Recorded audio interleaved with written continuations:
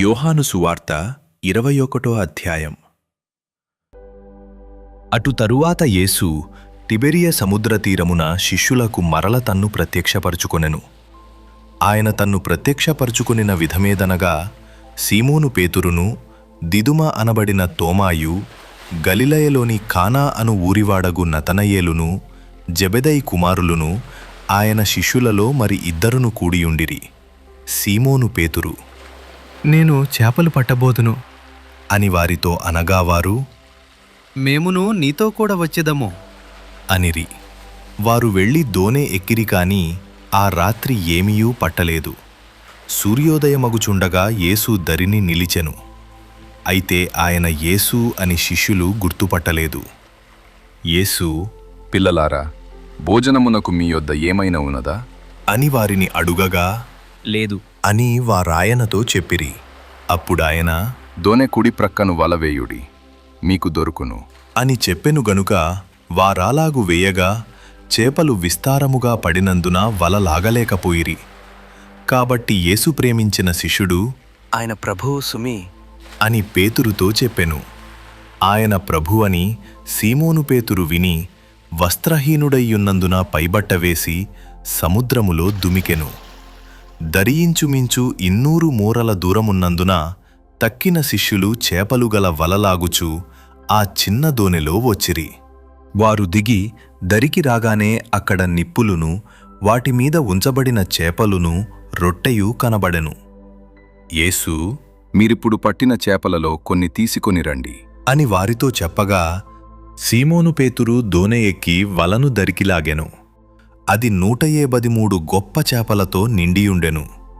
చేపలు అంత విస్తారముగా పడినను వల పిగలలేదు. యేసు, రండి, భోజనము చేయుడి అని వారితో అనెను. ఆయన ప్రభు అని వారికి తెలిసినందున నీవెవడవని శిష్యులలో ఎవడునూ ఆయనను అడుగతెగింపలేదు. యేసు వచ్చి ఆ రొట్టెను తీసుకొని వారికి పంచిపెట్టెను. అలాగే చేపలను కూడా పంచిపెట్టెను. యేసు మృతులలో నుండి లేచిన తరువాత శిష్యులకు ప్రత్యక్షమైనది ఇది 3వసారి.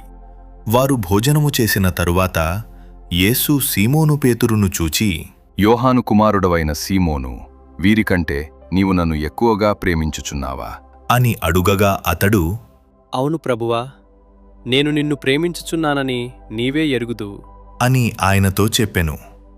యేసు, నా గొర్రెపిల్లలను మేపుము అని అతనితో చెప్పెను. మరల ఆయన, యోహాను కుమారుడవైన సీమోను, నన్ను ప్రేమించుచున్నావా అని 2వసారి అతనిని అడుగగా అతడు, అవును ప్రభువా, నేను నిన్ను ప్రేమించుచున్నానని నీవే ఎరుగుదువు అని ఆయనతో చెప్పెను. ఆయన, నా గొర్రెలను కాయుము అని చెప్పెను. 3వసారి ఆయన, యోహాను కుమారుడవైన సీమోను, నన్ను ప్రేమించుచున్నావా అని అతనిని అడిగెను.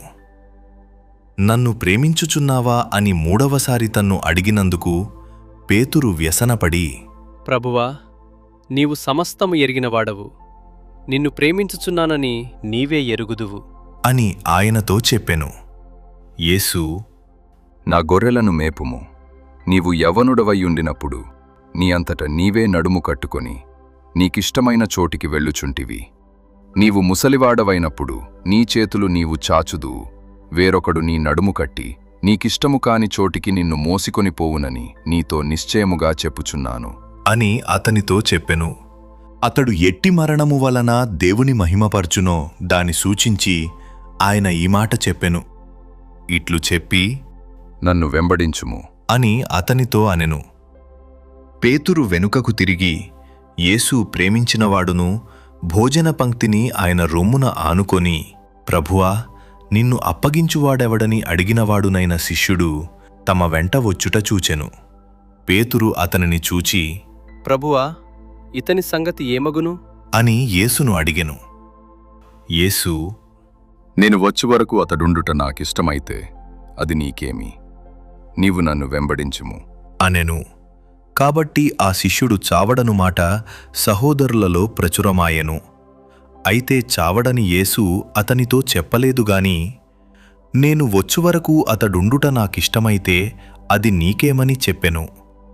ఈ సంగతులను గూర్చి సాక్ష్యమిచ్చుచు ఇవి వ్రాసిన శిష్యుడు ఇతడే. ఇతని సాక్ష్యము సత్యమని ఎరుగుదుము. యేసు చేసిన కార్యములు ఇంకను అనేకములు కలవు.